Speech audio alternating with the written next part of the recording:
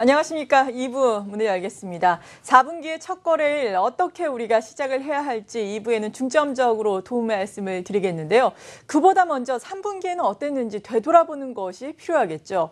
일단 미국을 중심으로 보자면은 4년 내 최악의 3분기를 보냈습니다. 여러 가지 이슈로 인해서 3분기에 큰 폭의 조정을 받았고 특히나 다우존스 산업지수를 기준으로 하자면은 3분기 연속 하락세를 보였습니다.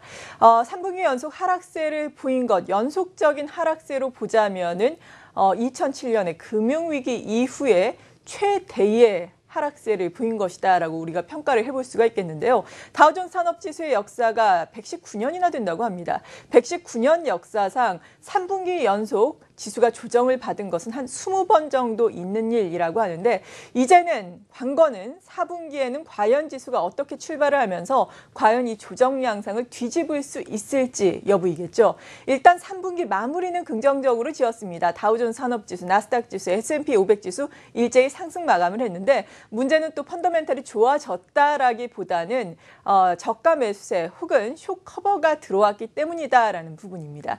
자, 자세한 미국 증시 마감 동향 일별로 알아보도록 하죠. 김지민 캐스터입니다. 네, 4분기의 첫 거래일 3대 지수 모두 기분 좋게 마무리했습니다. 이 글로벌 증시 랠리에 힘입어서 모두 1.5% 이상 상승했고요. 특히 나스닥의 경우에는 2.28% 오르면서 4,620 레벨대에서 마무리하는 모습이었습니다. 최근 낙폭이 컸던 바이오와 에너지주가 큰 폭으로 오르면서 상승을 견인했는데요. 그럼에도 불구하고 3분기의 하락폭은 최근 4년 만에 최고 수준이라는 평가입니다. 다우지수 흐름부터 자세히 살펴보시죠.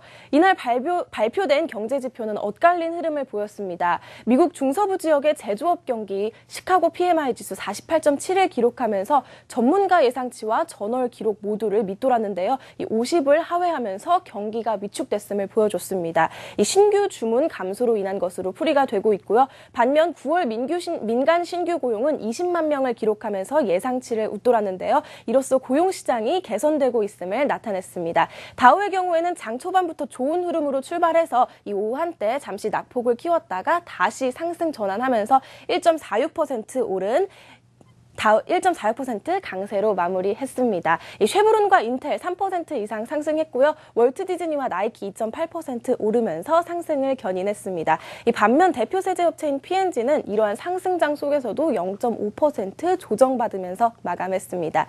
어제는 구글의 신형 넥서스 폰이 출시됐다는 소식을 전해드렸는데요. 오늘은 삼성전자의 스마트워치 기어 S2가 출시한다는 소식을 전해드립니다. 미국 현지 시간으로 10월 2일 내일 스포츠형과 클래식형 두 모델을 출시하는데요.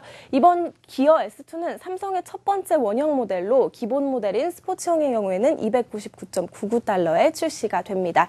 애플워치와 화웨이의 스마트워치보다는 저렴한 가격으로 출시가 됩니다. 네, 오늘은 3분기를 마무리하는 시점에서 업종별 흐름 조금 더 자세하게 준비했습니다. 이 월별 기준으로는 분기별 그리고 연간 기준으로 업종별 흐름을 분석했는데요. 우선 당일 기준으로 살펴보시면 유통업종 가장 큰 폭으로 상승했고요. 그동안 낙폭이 컸던 바이오 업종의 경우에는 큰 폭으로 상승하면서 마무리했습니다. 다음 유럽 시장 동향 살펴보시죠. 글로벌 증시 동반 상승에 힘입어서 유럽 시장도 좋은 흐름으로 마무리했습니다. 중국의 자동차세 감면 조치에 따라서 자동차주들 일제히 상승했고요. 이에 따라서 유럽 증시 견인하는 모습 보여줬습니다. 특히 스캔들에 휘말렸던 폭스바겐도 오늘은 중국에 힘입어서 상승했는데요. 런던 2.5% 이상 상승했고요. 독일 닥스 지수 역시 2.22% 강세로 마무리했고요. 프랑스 깍그 지수 역시 2.57% 강세로 마무리했습니다. 상품 시장 동향도 함께 살펴보시죠. 이 달러 가치는 고용지표 호조에 힘입어서 강세로 마무리했습니다. 국제유가의 경우에는 지난주 미국의 원유 재고량이 증가했다는 소식 그리고 러시아, 시리아 공습 영향으로 혼조를 보였는데요.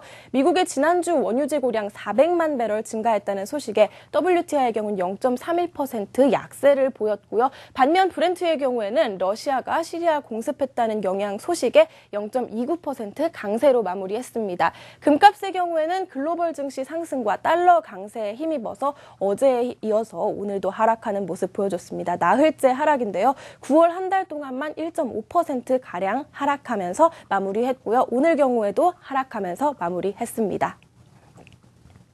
네, 김지민 캐스터 수고했습니다.